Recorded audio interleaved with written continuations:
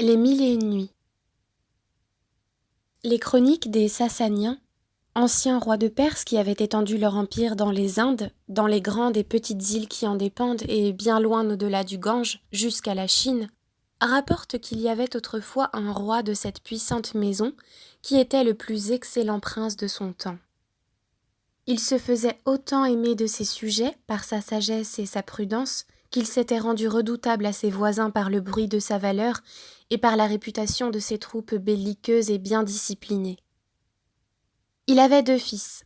L'aîné, appelé Shahryar, digne héritier de son père, en possédait toutes les vertus, et le cadet, nommé Shaznan, n'avait pas moins de mérite que son frère.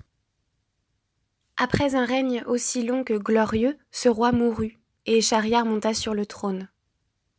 Shaznan, exclu de tout partage par les lois de l'Empire et obligé de vivre comme un particulier, au lieu de souffrir impatiemment le bonheur de son aîné, mit toute son attention à lui plaire. Il eut peu de peine à y réussir.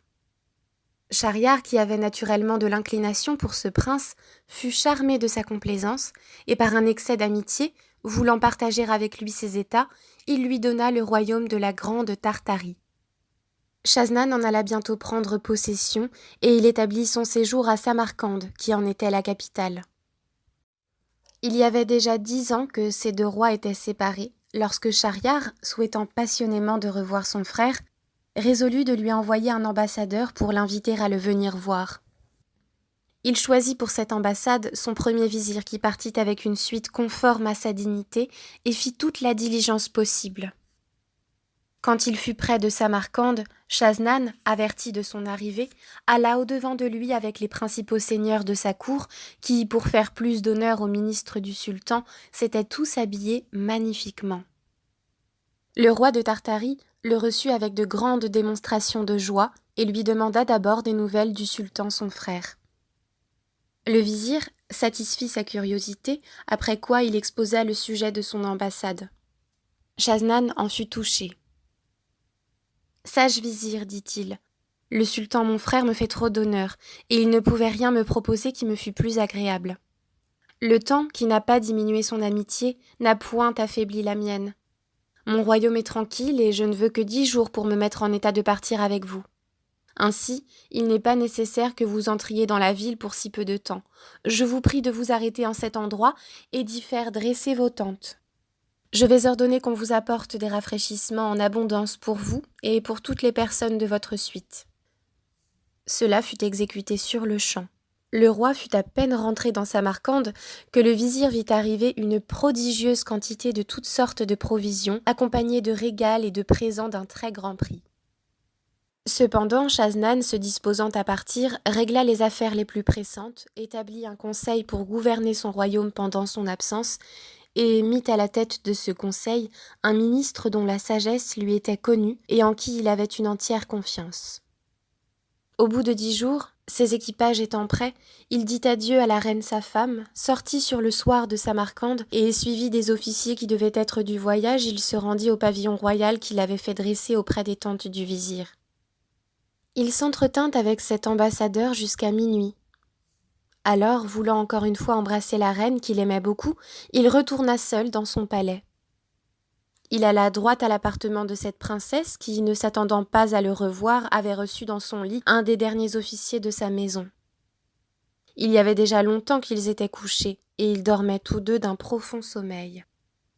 Le roi entra sans bruit, se faisant un plaisir de surprendre par son retour une épouse dont il se croyait tendrement aimé. Mais quelle fut sa surprise lorsqu'à la clarté des flambeaux qui ne s'éteignent jamais la nuit dans les appartements des princes et des princesses, il aperçut un homme dans ses bras. Il demeura immobile durant quelques moments, ne sachant s'il devait croire ce qu'il voyait, mais n'en pouvant douter. « Quoi, dit-il encore en lui-même ? Je suis à peine hors de mon palais, je suis encore sous les murs de Samarcande, et l'on ose m'outrager. Ah, perfide, votre crime ne sera pas impuni. Comme roi, je dois punir les forfaits qui se commettent dans mes états.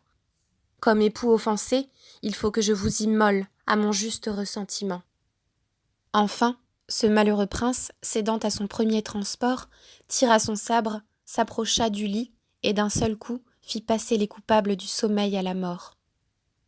Ensuite, les prenant l'un après l'autre, il les jeta par une fenêtre dans le fossé dont le palais était environné. S'étant vengé de cette sorte, il sortit de la ville comme il y était venu et se retira sous son pavillon. Il n'y fut pas plus tôt arrivé que, sans parler à personne de ce qu'il venait de faire, il ordonna de plier les tentes et de partir.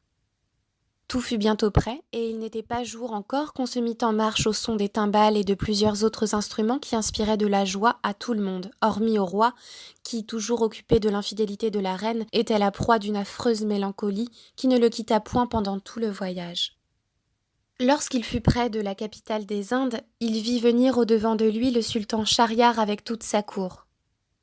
Quelle joie pour ces deux princes de se revoir!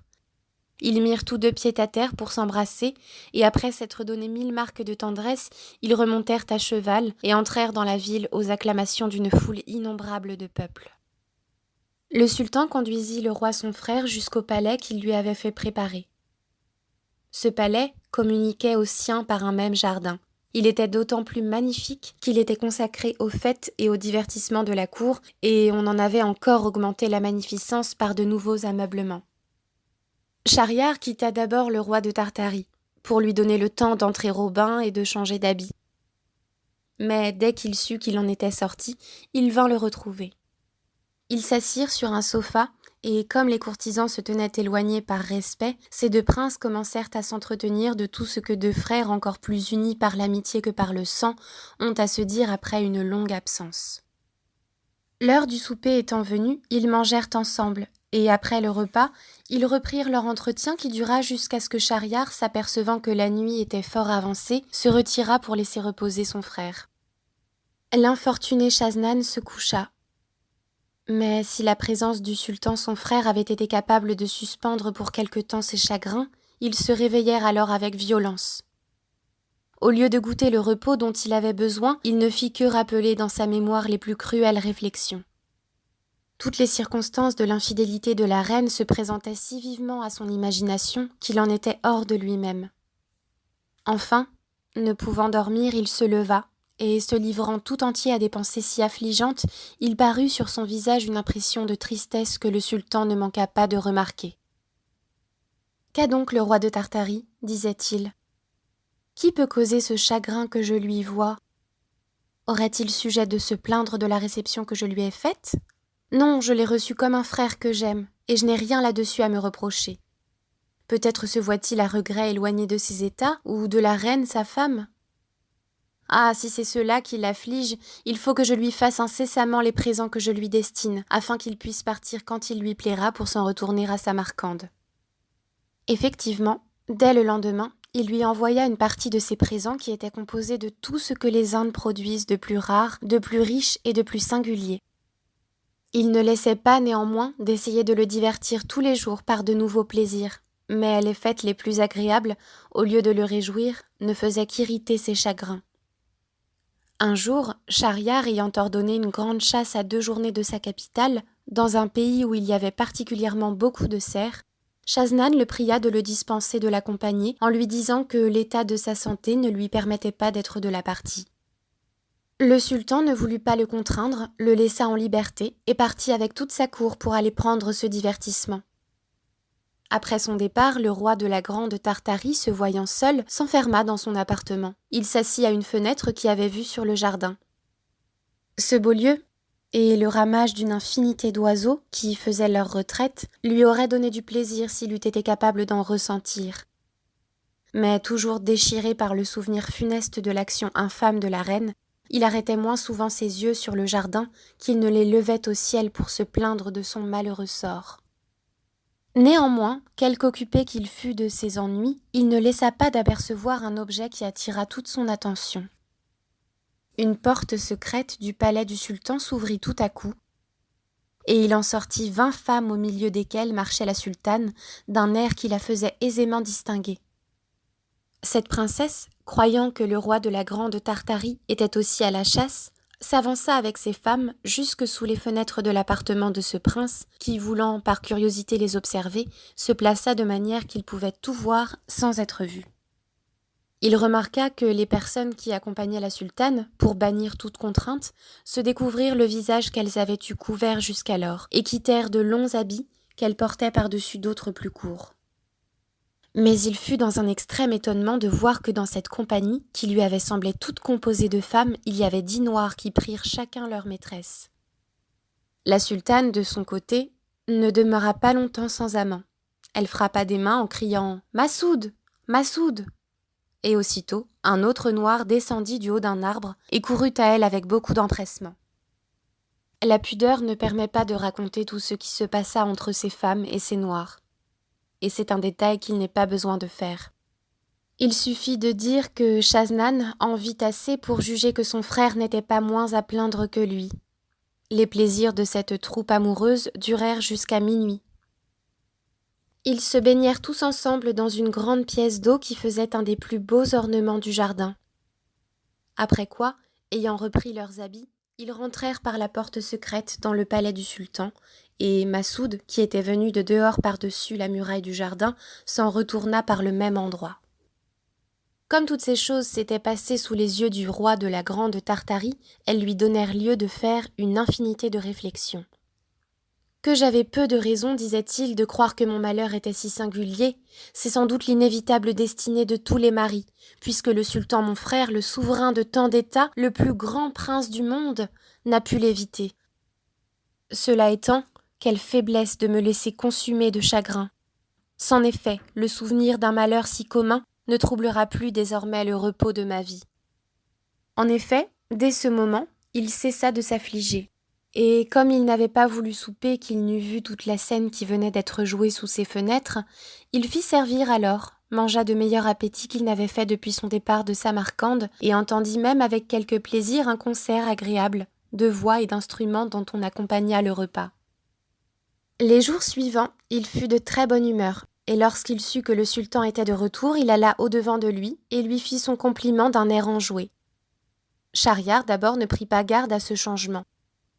Il ne songea qu'à se plaindre obligeamment de ce que ce prince avait refusé de l'accompagner à la chasse, et sans lui donner le temps de répondre à ses reproches, il lui parla du grand nombre de cerfs et d'autres animaux qu'il avait pris, et enfin du plaisir qu'il avait eu. Shaznan, après l'avoir écouté avec attention, prit la parole à son tour. Comme il n'avait plus de chagrin qui l'empêcha de faire paraître combien il avait d'esprit, il dit 1000 choses agréables et plaisantes. Le sultan, qui s'était attendu à le retrouver dans le même état où il l'avait laissé, fut ravi de le voir si gai. « Mon frère, lui dit-il, je rends grâces au ciel de l'heureux changement qu'il a produit en vous pendant mon absence. J'en ai une véritable joie, mais j'ai une prière à vous faire et je vous conjure de m'accorder ce que je vais vous demander. »« Que pourrais-je vous refuser ?» répondit le roi de Tartarie. « Vous pouvez tout sur Shaznan. Parlez, je suis dans l'impatience de savoir ce que vous souhaitez de moi. »« Depuis que vous êtes dans ma cour, reprit Schahriar, je vous ai vu plonger dans une noire mélancolie que j'ai vainement tenté de dissiper par toutes sortes de divertissements. Je me suis imaginé que votre chagrin venait de ce que vous étiez éloigné de vos états. J'ai cru même que l'amour y avait beaucoup de part, et que la reine de Samarcande, que vous avez dû choisir d'une beauté achevée, en était peut-être la cause. Je ne sais si je me suis trompée dans ma conjecture, mais je vous avoue que c'est particulièrement pour cette raison que je n'ai pas voulu vous importuner là-dessus, de peur de vous déplaire. Cependant, sans que j'y ai contribué en aucune manière, je vous trouve à mon retour de la meilleure humeur du monde, et l'esprit entièrement dégagé de cette noire vapeur qui en troublait tout l'enjouement. Dites-moi de grâce, pourquoi vous étiez si triste et pourquoi vous ne l'êtes plus ? À ce discours, le roi de la grande Tartarie demeura quelque temps rêveur, comme s'il eût cherché ce qu'il avait à y répondre. Enfin, il repartit dans ces termes. « Vous êtes mon sultan et mon maître. Mais dispensez-moi, je vous supplie, de vous donner la satisfaction que vous me demandez. »« Non, mon frère, répliqua le sultan, il faut que vous me l'accordiez, je la souhaite, ne me la refusez pas. » Shaznan ne put résister aux instances de Schahriar. « Eh bien, mon frère, lui dit-il, je vais vous satisfaire puisque vous me le commandez. » Alors il lui raconta l'infidélité de la reine de Samarcande, et lorsqu'il en eut achevé le récit, « Voilà, poursuivit-il, le sujet de ma tristesse. Jugez si j'avais tort de m'y abandonner. »« Oh, mon frère !» s'écria le sultan d'un ton qui marquait combien il entrait dans le ressentiment du roi de Tartarie. Quelle horrible histoire venez-vous de me raconter? Avec quelle impatience je l'ai écoutée jusqu'au bout. Je vous loue d'avoir puni les traîtres qui vous ont fait un outrage si sensible. On ne saurait vous reprocher cette action, elle est juste, et pour moi, j'avouerai qu'à votre place, j'aurais eu peut-être moins de modération que vous. Je ne me serais pas contentée d'ôter la vie à une seule femme, je crois que j'en aurais sacrifié plus de 1000 à ma rage. Je ne suis plus étonnée de vos chagrins, la cause en était trop vive et trop mortifiante pour n'y pas succomber. Ô ciel, quelle aventure! Non, je crois qu'il n'en est jamais arrivé de semblable à personne qu'à vous. Mais enfin, il faut louer Dieu de ce qu'il vous a donné de la consolation. Et comme je ne doute pas qu'elle ne soit bien fondée, ayez encore la complaisance de m'en instruire et faites-moi la confidence entière. Shaznan fit plus de difficultés sur ce point que sur le précédent, à cause de l'intérêt que son frère y avait, mais il fallut céder à ces nouvelles instances. « Je vais donc vous obéir, lui dit-il, puisque vous le voulez absolument. Je crains que mon obéissance ne vous cause plus de chagrin que je n'en ai eu, mais vous ne devez vous en prendre qu'à vous-même, puisque c'est vous qui me forcez à vous révéler une chose que je voudrais ensevelir dans un éternel oubli. » Ce que vous me dites, interrompit Schahriar, ne fait qu'irriter ma curiosité. Hâtez-vous de me découvrir ce secret de quelque nature qu'il puisse être. Le roi de Tartarie, ne pouvant plus s'en défendre, fit alors un détail de tout ce qu'il avait vu du déguisement des Noirs, de l'emportement de la sultane et de ses femmes, et il n'oublia pas Massoud. Après avoir été témoin de ces infamies, continua-t-il, je pensais que toutes les femmes y étaient naturellement portées et qu'elles ne pouvaient résister à leur penchant. Prévenu de cette opinion, il me parut que c'était une grande faiblesse à un homme d'attacher son repos à leur fidélité. Cette réflexion m'en fit faire beaucoup d'autres. Et enfin, je jugeai que je ne pouvais prendre un meilleur parti que de me consoler. Il m'en a coûté quelques efforts, mais j'en suis venu à bout, et si vous m'en croyez, vous suivrez mon exemple. Quoique ce conseil fût judicieux, le sultan ne put le goûter. Il entra même en fureur. « Quoi, dit-il, la sultane des Indes est capable de se prostituer d'une manière si indigne ? Non, mon frère, ajouta-t-il, je ne puis croire ce que vous me dites si je ne le vois de mes propres yeux. Il faut que les vôtres vous aient trompé, et la chose est assez importante pour mériter que j'en sois assuré par moi-même. » Mon frère, répondit Shaznan, si vous voulez en être témoin, cela n'est pas fort difficile. Vous n'avez qu'à faire une nouvelle partie de chasse, et quand nous serons hors de la ville avec votre cour et la mienne, nous nous arrêterons sous nos pavillons, et la nuit nous reviendrons tous deux, seuls dans mon appartement. Je suis assuré que le lendemain, vous verrez ce que j'ai vu. Le sultan approuva le stratagème et ordonna aussitôt une nouvelle chasse, de sorte que dès le même jour les pavillons furent dressés au lieu désigné. Le jour suivant, les deux princes partirent avec toute leur suite. Ils arrivèrent où ils devaient camper, et ils y demeurèrent jusqu'à la nuit. Alors Schahriar appela son grand vizir, et sans lui découvrir son dessein, lui commanda de tenir sa place pendant son absence, et de ne pas permettre que personne sortît du camp, pour quelque sujet que ce pût être. D'abord qu'il eut donné cet ordre, le roi de la Grande Tartarie et lui montèrent à cheval, passèrent incognito au travers du camp, rentrèrent dans la ville et se rendirent au palais qu'occupait Shaznan. Ils se couchèrent et le lendemain, de bon matin, ils s'allèrent placer à la même fenêtre d'où le roi de Tartarie avait vu la scène des Noirs. Ils jouirent quelque temps de la fraîcheur car le soleil n'était pas encore levé, et en s'entretenant, ils jetaient souvent les yeux du côté de la porte secrète. Elle s'ouvrit enfin, et pour dire le reste en peu de mots, la sultane parut, avec ses femmes et les 10 Noirs déguisés. Elle appela Massoud, et le sultan en vit plus qu'il n'en fallait pour être pleinement convaincu de sa honte et de son malheur. « Oh Dieu !» s'écria-t-il. « Quelle indignité, quelle horreur !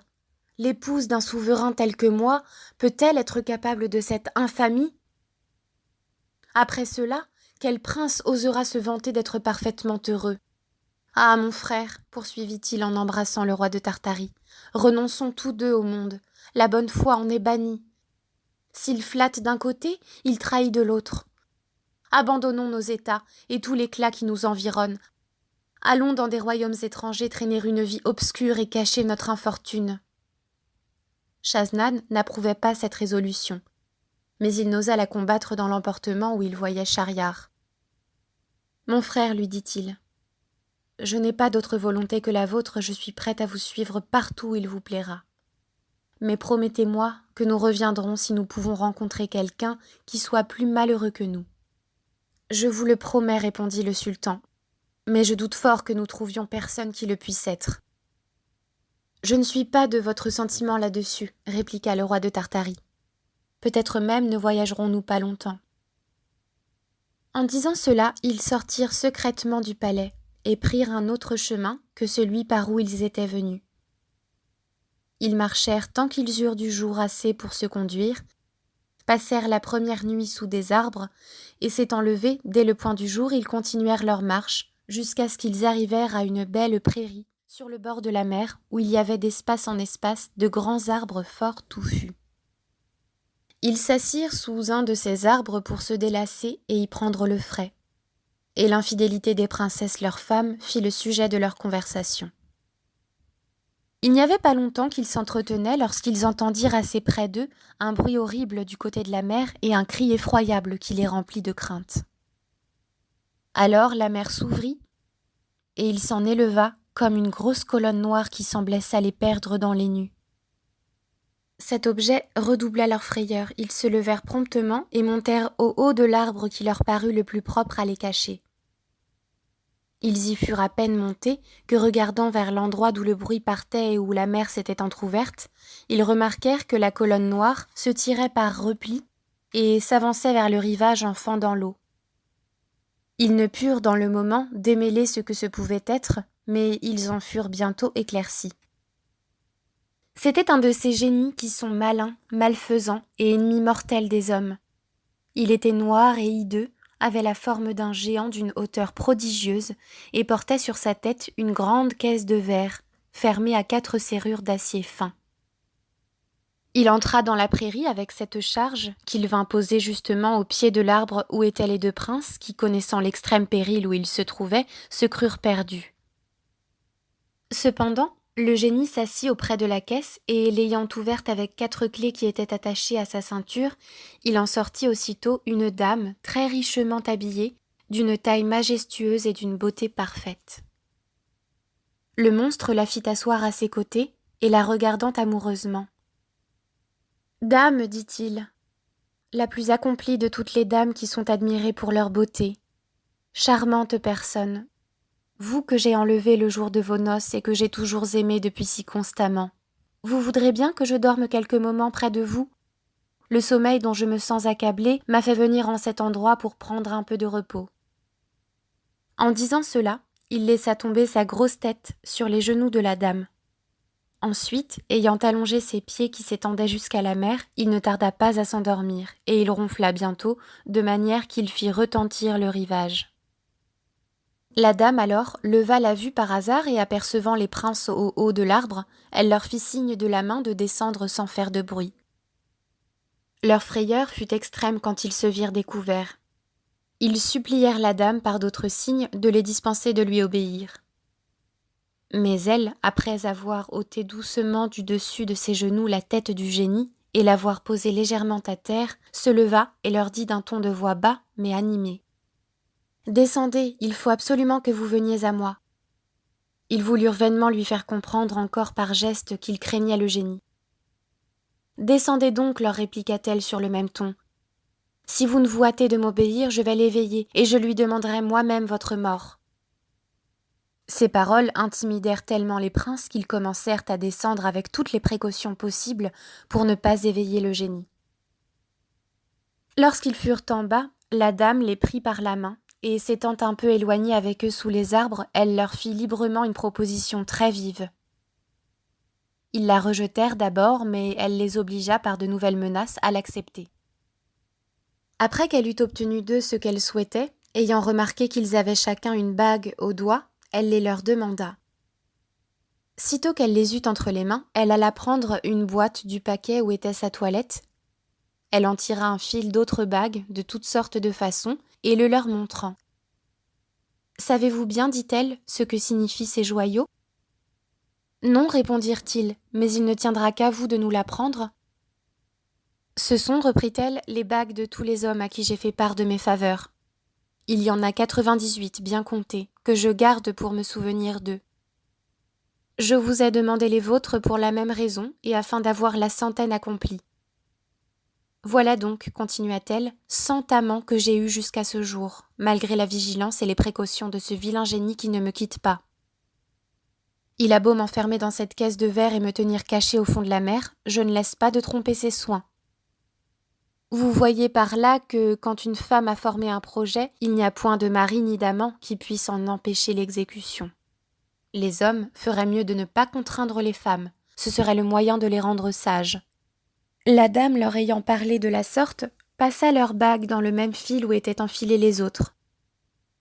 Elle s'assit ensuite comme auparavant, souleva la tête du génie qui ne se réveilla point, la remit sur ses genoux et fit signe au prince de se retirer. Ils reprirent le chemin par où ils étaient venus, et lorsqu'ils eurent perdu de vue la dame et le génie, Schahriar dit à Schahzaman : « Eh bien, mon frère, que pensez-vous de l'aventure qui vient de nous arriver ? Le génie n'a-t-il pas une maîtresse bien fidèle ? Et ne convenez-vous pas que rien n'est égal à la malice des femmes ? » Oui, mon frère, répondit le roi de la grande Tartarie. Et vous devez aussi demeurer d'accord que le génie est plus à plaindre et plus malheureux que nous. C'est pourquoi, puisque nous avons trouvé ce que nous cherchions, retournons dans nos états, et que cela ne nous empêche pas de nous marier. Pour moi, je sais par quel moyen je prétends que la foi qui m'est due me soit inviolablement conservée. Je ne veux pas m'expliquer présentement là-dessus, mais vous en apprendrez un jour des nouvelles, et je suis sûre que vous suivrez mon exemple. Le sultan fut de l'avis de son frère, et continuant tous deux de marcher, ils arrivèrent au camp, sur la fin de la nuit du 3e jour qu'ils en étaient partis. La nouvelle du retour du sultan s'y étant répandue, les courtisans se rendirent de grand matin devant son pavillon. Il les fit entrer, les reçut d'un air plus riant qu'à l'ordinaire, et leur fit à tous des gratifications. Après quoi, leur ayant déclaré qu'il ne voulait pas aller plus loin, il leur commanda de monter à cheval et il retourna bientôt à son palais. À peine y fut-il arrivé qu'il courut à l'appartement de la sultane. Il la fit lier devant lui et la livra à son grand vizir avec ordre de la faire étrangler. Ce que ce ministre exécuta sans s'informer quel crime elle avait commis. Ce prince irrité n'en demeura pas là. Il coupa la tête de sa propre main à toutes les femmes de la sultane. Après ce rigoureux châtiment, persuadé qu'il n'y avait pas une femme sage, pour prévenir les infidélités de celles qu'il prendrait à l'avenir, il résolut d'en épouser une chaque nuit et de la faire étrangler le lendemain.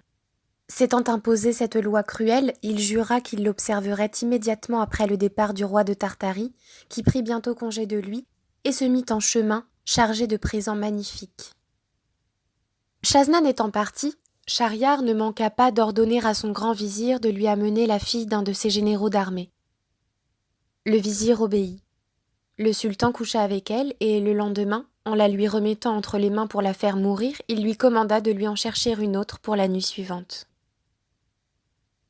Le bruit de cette inhumanité sans exemple causa une consternation générale dans la ville. On n'y entendait que des cris et des lamentations. Ici, c'était un père en pleurs qui se désespérait de la perte de sa fille, et là, c'étaient de tendres mères qui, craignant pour les leurs la même destinée, faisaient par avance retentir l'air de leurs gémissements. Ainsi, au lieu des louanges et des bénédictions que le sultan s'était attirées jusqu'alors, tous ces sujets ne faisaient plus que des imprécations contre lui. Le grand vizir qui, comme on l'a déjà dit, était malgré lui le ministre d'une si horrible injustice, avait 2 filles, dont l'aînée s'appelait Scheherazade et la cadette Dinarzade. Cette dernière ne manquait pas de mérite, mais l'autre avait un courage au-dessus de son sexe, de l'esprit infiniment, avec une pénétration admirable. Elle avait beaucoup de lecture et une mémoire si prodigieuse que rien ne lui était échappé de tout ce qu'elle avait lu. Elle s'était heureusement appliquée à la philosophie, à la médecine, à l'histoire et aux beaux-arts, et elle faisait des vers mieux que les poètes les plus célèbres de son temps. Outre cela, elle était pourvue d'une beauté excellente, et une vertu très solide couronnait toutes ses belles qualités. Le vizir aimait passionnément une fille si digne de sa tendresse. Un jour qu'ils s'entretenaient tous deux ensemble, elle lui dit : « Mon père, j'ai une grâce à vous demander. je vous supplie très humblement de me l'accorder. » « Je ne vous la refuserai pas, répondit-il, pourvu qu'elle soit juste et raisonnable. » « Pour juste, répliqua Scheherazade, elle ne peut l'être davantage, et vous en pouvez juger par le motif qui m'oblige à vous la demander. J'ai dessein d'arrêter le cours de cette barbarie que le sultan exerce sur les familles de cette ville. Je veux dissiper la juste crainte que tant de mères ont de perdre leurs filles d'une manière si funeste. « Votre intention est fort louable, ma fille, dit le vizir, mais le mal auquel vous voulez remédier me paraît sans remède. Comment prétendez-vous en venir à bout ? » « Mon père, répartit Scheherazade, puisque par votre entremise le sultan célèbre chaque jour un nouveau mariage, je vous conjure par la tendre affection que vous avez pour moi de me procurer l'honneur de sa couche. » Le vizir ne put entendre ce discours sans horreur. « Ô Dieu, interrompit-il avec transport, avez-vous perdu l'esprit, ma fille ? Pouvez-vous me faire une prière si dangereuse ? Vous savez que le sultan a fait serment sur son âme de ne coucher qu'une seule nuit avec la même femme et de lui faire ôter la vie le lendemain, et vous voulez que je lui propose de vous épouser ? Songez-vous bien à quoi vous expose votre zèle indiscret ? » « Oui, mon père, répondit cette vertueuse fille. Je connais tout le danger que je cours, et il ne saurait m'épouvanter. Si je péris, ma mort sera glorieuse, et si je réussis dans mon entreprise, je rendrai à ma patrie un service important. Non, non, dit le vizir. Quoi que vous puissiez me représenter pour m'intéresser à vous permettre de vous jeter dans cet affreux péril, ne vous imaginez pas que j'y consente. Quand le sultan m'ordonnera de vous enfoncer le poignard dans le sein, hélas, il faudra bien que je lui obéisse. Quel triste emploi pour un père. Ah, si vous ne craignez point la mort, craignez du moins de me causer la douleur mortelle de voir ma main teinte de votre sang. Encore une fois, mon père, dit Scheherazade, accordez-moi la grâce que je vous demande. Votre opiniâtreté, repartit le vizir, excite ma colère. Pourquoi vouloir vous-même courir à votre perte ? Qui ne prévoit pas la fin d'une entreprise dangereuse n'en saurait sortir heureusement. Je crains qu'il ne vous arrive ce qui arriva à l'âne, qui était bien, et qui ne put s'y tenir. Quel malheur arriva-t-il à cet âne ? Reprit Scheherazade. Je vais vous le dire, répondit le vizir. Écoutez-moi. L'âne, le bœuf et le laboureur. Un marchand très riche avait plusieurs maisons à la campagne où il faisait nourrir une grande quantité de toutes sortes de bétail. Il se retira avec sa femme et ses enfants à une de ses terres pour la faire valoir par lui-même. Il avait le don d'entendre le langage des bêtes, mais avec cette condition qu'il ne pouvait l'interpréter à personne sans s'exposer à perdre la vie, ce qui l'empêchait de communiquer les choses qu'il avait apprises par le moyen de ce don. Il avait à une même auge un bœuf et un âne. Un jour qu'il était assis près d'eux et qu'il se divertissait à voir jouer devant lui ses enfants, il entendit que le bœuf disait à l'âne : « L'éveillé, que je te trouve heureux quand je considère le repos dont tu jouis et le peu de travail qu'on exige de toi. Un homme te panse avec soin, te lave, te donne de l'orge bien criblée et de l'eau fraîche et nette. Ta plus grande peine est de porter le marchand notre maître lorsqu'il a quelques petits voyages à faire. Sans cela, toute ta vie se passerait dans l'oisiveté. La manière dont on me traite est bien différente, et ma condition est aussi malheureuse que la tienne est agréable. Il est à peine minuit qu'on m'attache à une charrue, que l'on me fait traîner tout le long du jour en fendant la terre, ce qui me fatigue à un point que les forces me manquent quelquefois. D'ailleurs, le laboureur qui est toujours derrière moi ne cesse de me frapper. À force de tirer la charrue, j'ai le cou tout écorché. Enfin, après avoir travaillé depuis le matin jusqu'au soir, quand je suis de retour, on me donne à manger de méchantes fèves sèches dont on ne s'est même pas mis en peine d'ôter la terre ou d'autres choses qui ne valent pas mieux. Pour comble de misère, lorsque je me suis repue d'un mets si peu appétissant, je suis obligée de passer la nuit couchée dans mon ordure. Tu vois donc que j'ai raison d'envier ton sort. » L'âne n'interrompit pas le bœuf, il lui laissa dire tout ce qu'il voulut. Mais quand il eut achevé de parler, « Vous ne démentez pas, lui dit-il, le nom d'idiot qu'on vous a donné. Vous êtes trop simple. Vous vous laissez mener comme l'on veut, et vous ne pouvez prendre une bonne résolution. Cependant, quel avantage vous revient-il de toutes les indignités dont vous souffrez? Vous vous tuez vous-même pour le repos, le plaisir et le profit de ceux qui ne vous en savent point de gré. On ne vous traiterait pas de la sorte si vous aviez autant de courage que de force. Lorsqu'on vient vous attacher à l'auge, que ne faites-vous résistance? Que ne donnez-vous de bons coups de corne? Que ne marquez-vous votre colère en frappant du pied contre terre? Pourquoi enfin n'inspirez-vous pas la terreur par des beuglements effroyables? La nature vous a donné les moyens de vous faire respecter, et vous ne vous en servez pas.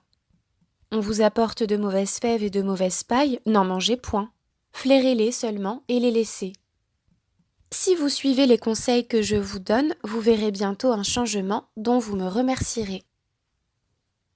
Le bœuf prit en fort bonne part les avis de l'âne, il lui témoigna combien il lui en était obligé.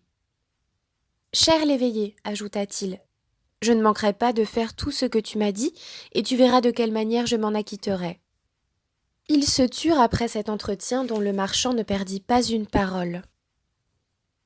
Le lendemain, de bon matin, le laboureur vint prendre le bœuf. Il l'attacha à la charrue et le mena au travail ordinaire. Le bœuf, qui n'avait pas oublié le conseil de l'âne, fit fort le méchant ce jour-là. Et le soir, lorsque le laboureur l'ayant ramené à l'auge voulut l'attacher comme de coutume, le malicieux animal, au lieu de présenter ses cornes de lui-même, se mit à faire le rétif et à reculer en beuglant. Il baissa même ses cornes comme pour en frapper le laboureur. Il fit enfin tout le manège que l'âne lui avait enseigné. Le jour suivant, le laboureur vint le reprendre pour le remener au labourage. Mais trouvant l'auge encore remplie des fèves et de la paille qu'il y avait mise le soir et le bœuf couché par terre, les pieds étendus et haletant d'une étrange façon, il le crut malade. Il en eut pitié et, jugeant qu'il serait inutile de le mener au travail, il alla aussitôt en avertir le marchand. Le marchand vit bien que les mauvais conseils de l'éveillé avaient été suivis, et pour le punir comme il le méritait. « Va, dit-il au laboureur, prends l'âne à la place du bœuf et ne manque pas de lui donner bien de l'exercice. » Le laboureur obéit.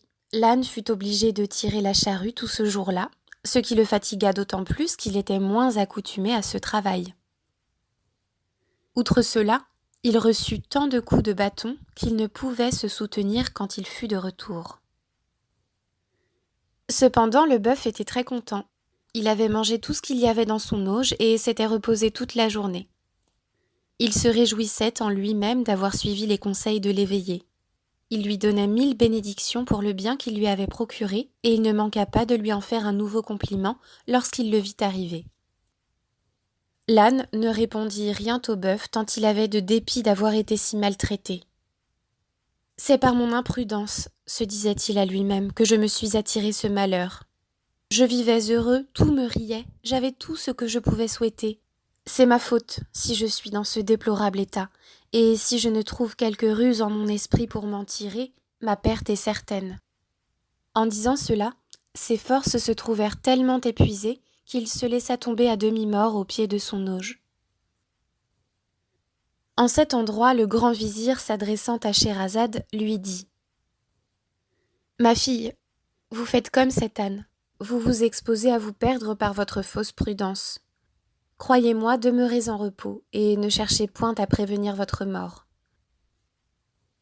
« Mon père, répondit Scheherazade, l'exemple que vous venez de rapporter n'est pas capable de me faire changer de résolution. Et je ne cesserai pas de vous importuner, que je n'ai obtenu de vous que vous me présenterez au sultan pour être son épouse. » Le vizir, voyant qu'elle persistait toujours dans sa demande, lui répliqua « Eh bien, puisque vous ne voulez pas quitter votre obstination, je serai obligé de vous traiter de la même manière que le marchand dont je viens de parler traita sa femme peu de temps après. Et voici comment. Ce marchand, ayant appris que l'âne était dans un état pitoyable, fut curieux de savoir ce qui se passerait entre lui et le bœuf. C'est pourquoi, après le souper, il sortit au clair de la lune et alla s'asseoir auprès d'eux accompagné de sa femme. En arrivant, il entendit l'âne qui disait au bœuf « Compère, dites-moi, je vous prie, ce que vous prétendez faire quand le laboureur vous apportera demain à manger. » « Ce que je ferai, répondit le bœuf, Je continuerai de faire ce que tu m'as enseigné. Je m'éloignerai d'abord et je présenterai mes cornes comme hier. Je ferai le malade et feindrai d'être aux abois. Gardez-vous-en bien, interrompit l'âne, ce serait le moyen de vous perdre, car en arrivant ce soir, j'ai ouï dire au marchand notre maître une chose qui m'a fait trembler pour vous. Eh, qu'avez-vous entendu, dit le bœuf, ne me cachez rien de grâce, mon cher l'éveillé. Notre maître, reprit l'âne, a dit au laboureur ces tristes paroles. Puisque le bœuf ne mange pas et qu'il ne peut se soutenir, je veux qu'il soit tué dès demain. Nous ferons pour l'amour de Dieu une aumône de sa chair aux pauvres, et quant à sa peau qui pourra nous être utile, tu la donneras au corroyeur. Ne manque donc pas de faire venir le boucher. Voilà ce que j'avais à vous apprendre, ajouta l'âne. L'intérêt que je prends à votre conservation et l'amitié que j'ai pour vous m'obligent à vous en avertir et à vous donner un nouveau conseil. D'abord qu'on vous apportera vos fèves et votre paille, levez-vous et vous jetez dessus avec avidité. Le maître jugera par là que vous êtes guéri et révoquera sans doute l'arrêt de votre mort, au lieu que, si vous en usez autrement, c'est fait de vous. Ce discours produisit l'effet qu'en avait attendu l'âne. Le bœuf en fut étrangement troublé et beugla d'effroi. Le marchand, qui les avait écoutés tous deux avec beaucoup d'attention, fit alors un si grand éclat de rire que sa femme en fut très surprise. « Apprenez-moi, lui dit-elle, pourquoi vous riez si fort afin que j'en rie avec vous. »« Ma femme, lui répondit le marchand, contentez-vous de m'entendre rire. »« Non, reprit-elle, j'en veux savoir le sujet. »« Je ne puis vous donner cette satisfaction, repartit le mari. Sachez seulement que je ris de ce que notre âne vient de dire à notre bœuf. Le reste est un secret qu'il ne m'est pas permis de vous révéler. »« Et qui vous empêche de me découvrir ce secret ? Répliqua-t-elle. Si je vous le disais, répondit-il, apprenez qu'il m'en coûterait la vie. Vous vous moquez de moi, s'écria la femme. Ce que vous me dites ne peut pas être vrai. Si vous ne m'avouez tout à l'heure pourquoi vous avez ri, si vous refusez de m'instruire de ce que l'âne et le bœuf ont dit, je jure par le grand Dieu qui est au ciel que nous ne vivrons pas davantage ensemble. En achevant ces mots, elle rentra dans la maison et se mit dans un coin où elle passa la nuit à pleurer de toute sa force. Le mari coucha seul et le lendemain, voyant qu'elle ne discontinuait pas de se lamenter. « Vous n'êtes pas sage, lui dit-il, de vous affliger de la sorte. La chose n'en vaut pas la peine et il vous est aussi peu important de la savoir qu'il m'importe beaucoup à moi de la tenir secrète. N'y pensez donc plus, je vous en conjure. »« J'y pense si bien encore, répondit la femme, que je ne cesserai pas de pleurer que vous n'ayez satisfait ma curiosité. » Mais je vous dis fort sérieusement, répliqua-t-il, qu'il m'en coûtera la vie si je cède à vos indiscrètes instances. Qu'il arrive tout ce qu'il plaira à Dieu, repartit-elle, je n'en démordrai pas. Je vois bien, reprit le marchand, qu'il n'y a pas moyen de vous faire entendre raison. Et comme je prévois que vous vous ferez mourir vous-même par votre opiniâtreté, je vais appeler vos enfants afin qu'ils aient la consolation de vous voir avant que vous mouriez. Il fit venir ses enfants et envoya chercher aussi le père, la mère et les parents de sa femme.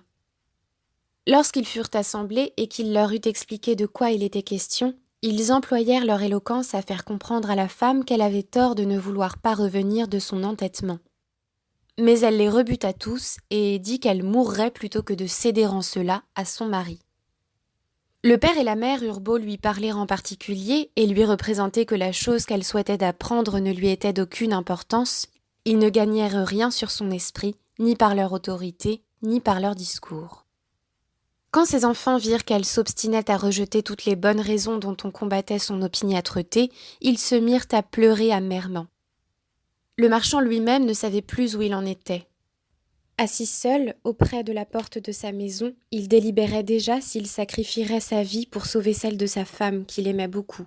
« Or, ma fille, » continua le vizir en parlant toujours à Scheherazade, ce marchand avait 50 poules et un coq avec un chien qui faisait bonne garde. Pendant qu'il était assis, comme je l'ai dit, et qu'il rêvait profondément au parti qu'il devait prendre, il vit le chien courir vers le coq qui s'était jeté sur une poule et il entendit qu'il lui parla en ces termes. « Ô coq, Dieu ne permettra pas que tu vives encore longtemps. N'as-tu pas honte de faire aujourd'hui ce que tu as fait ?» Le coq monta sur ses ergots et se tournant du côté du chien. « Pourquoi ?» répondit-il fièrement. « Cela me serait-il défendu aujourd'hui plutôt que les autres jours? Puisque tu l'ignores, répliqua le chien, apprends que notre maître est aujourd'hui dans un grand deuil. Sa femme veut qu'il lui révèle un secret qui est de telle nature qu'il perdra la vie s'il le lui découvre. Les choses sont en cet état, et il est à craindre qu'il n'ait pas assez de fermeté pour résister à l'obstination de sa femme, car il l'aime, et il est touché des larmes qu'elle répand sans cesse. Il va peut-être périr, nous en sommes tous alarmés dans ce logis. Toi seul, insultant à notre tristesse, tu as l'impudence de te divertir avec tes poules. Le coq repartit de cette sorte à la réprimande du chien. Que notre maître est insensé! Il n'a qu'une femme et il n'en peut venir à bout pendant que j'en ai 50 qui ne font que ce que je veux. Qu'il rappelle sa raison, il trouvera bientôt moyen de sortir de l'embarras où il est. « Eh, que veux-tu qu'il fasse » dit le chien. « Qu'il entre dans la chambre où est sa femme, » répondit le coq, « et qu'après s'être enfermé avec elle, il prenne un bon bâton et lui en donne 1000 coups. Je mets en fait qu'elle sera sage après cela et qu'elle ne le pressera plus de lui dire ce qu'il ne doit pas lui révéler. » Le marchand n'eut pas sitôt entendu ce que le coq venait de dire qu'il se leva de sa place, prit un gros bâton, alla trouver sa femme qui pleurait encore, s'enferma avec elle et la battit si bien qu'elle ne put s'empêcher de crier. « C'est assez, mon mari, c'est assez, laissez-moi, je ne vous demanderai plus rien. » À ces paroles, et voyant qu'elle se repentait d'avoir été curieuse si mal à propos, il cessa de la maltraiter. Il ouvrit la porte, toute la parenté entra, se réjouit de trouver la femme revenue de son entêtement et fit compliment au mari sur l'heureux expédient dont il s'était servi pour la mettre à la raison. « Ma fille, ajouta le grand vizir, vous mériteriez d'être traitée de la même manière que la femme de ce marchand. » Mon père, dit alors Scheherazade, de grâce, ne trouvez point mauvais que je persiste dans mes sentiments. L'histoire de cette femme ne saurait m'ébranler. Je pourrais vous en raconter beaucoup d'autres qui vous persuaderaient que vous ne devez pas vous opposer à mon dessein. D'ailleurs, pardonnez-moi si j'ose vous le déclarer, vous vous y opposeriez vainement. Quand la tendresse paternelle refuserait de souscrire à la prière que je vous fais, j'irai me présenter moi-même au sultan. Enfin, le père, poussé à bout par la fermeté de sa fille, se rendit à ses importunités, et quoique fort affligé de n'avoir pu la détourner d'une si funeste résolution, il alla dès ce moment trouver Schahriar pour lui annoncer que la nuit prochaine, il lui mènerait Scheherazade. Le sultan fut fort étonné du sacrifice que son grand vizir lui faisait.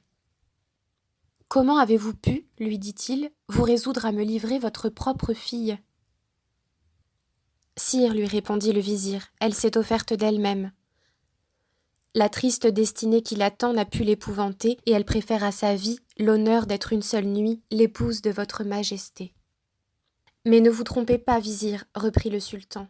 Demain, en remettant Scheherazade entre vos mains, je prétends que vous lui ôtiez la vie. Si vous y manquez, je vous jure que je vous ferai mourir vous-même. »« Sire, repartit le vizir, mon cœur gémira sans doute en vous obéissant, mais la nature aura beau murmurer. Quoique père, je vous réponds d'un bras fidèle. » Schahriar accepta l'offre de son ministre et lui dit qu'il n'avait qu'à lui amener sa fille quand il lui plairait. Le grand vizir alla porter cette nouvelle à Scheherazade qui la reçut avec autant de joie que si elle eût été la plus agréable du monde. Elle remercia son père de l'avoir si sensiblement obligé et voyant qu'il était accablé de douleur, elle lui dit pour le consoler qu'elle espérait qu'il ne se repentirait pas de l'avoir marié avec le sultan et qu'au contraire il aurait sujet de s'en réjouir le reste de sa vie. Elle ne songea plus qu'à se mettre en état de paraître devant le sultan, mais avant que de partir, elle prit sa sœur Dinarzade en particulier et lui dit « Ma chère sœur, j'ai besoin de votre secours dans une affaire très importante. Je vous prie de ne me le pas refuser. Mon père va me conduire chez le sultan pour être son épouse. Que cette nouvelle ne vous épouvante pas. Écoutez-moi seulement avec patience. Dès que je serai devant le sultan, je le supplierai de permettre que vous couchiez dans la chambre nuptiale afin que je jouisse cette nuit encore de votre compagnie. Si j'obtiens cette grâce comme je l'espère, souvenez-vous de m'éveiller demain matin, 1 heure avant le jour, et de m'adresser à peu près ces paroles. Ma sœur, si vous ne dormez pas, je vous supplie, en attendant le jour qui paraîtra bientôt, de me raconter un de ces beaux contes que vous savez. Aussitôt, je vous en conterai un, et je me flatte de délivrer par ce moyen tout le peuple de la consternation où il est. Dinarzade répondit à sa sœur qu'elle ferait avec plaisir ce qu'elle exigeait d'elle. L'heure de se coucher étant enfin venue, le grand vizir conduisit Scheherazade au palais et se retira après l'avoir introduite dans l'appartement du sultan. Ce prince ne se vit pas plutôt seul avec elle qu'il lui ordonna de se découvrir le visage. Il la trouva si belle qu'il en fut charmé. Mais s'apercevant qu'elle était en pleurs, il lui en demanda le sujet. « Sire, répondit Scheherazade, j'ai une sœur que j'aime aussi tendrement que j'en suis aimée. Je souhaiterais qu'elle passât la nuit dans cette chambre pour la voir et lui dire adieu encore une fois. Voulez-vous bien que j'aie la consolation de lui donner ce dernier témoignage de mon amitié ?» Schahriar y ayant consenti, on alla chercher Dinarzade qui vint en diligence. Le sultan se coucha avec Scheherazade sur une estrade fort élevée à la manière des monarques de l'Orient, et Dinarzade dans un lit qu'on lui avait préparé au bas de l'estrade. 1 heure avant le jour, Dinarzade s'étant réveillée, ne manqua pas de faire ce que sa sœur lui avait recommandé.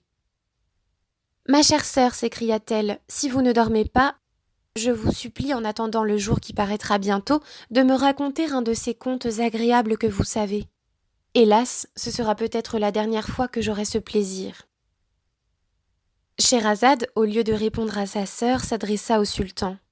« Sire, dit-elle, votre majesté veut-elle bien me permettre de donner cette satisfaction à ma sœur ?»« Très volontiers, répondit le sultan.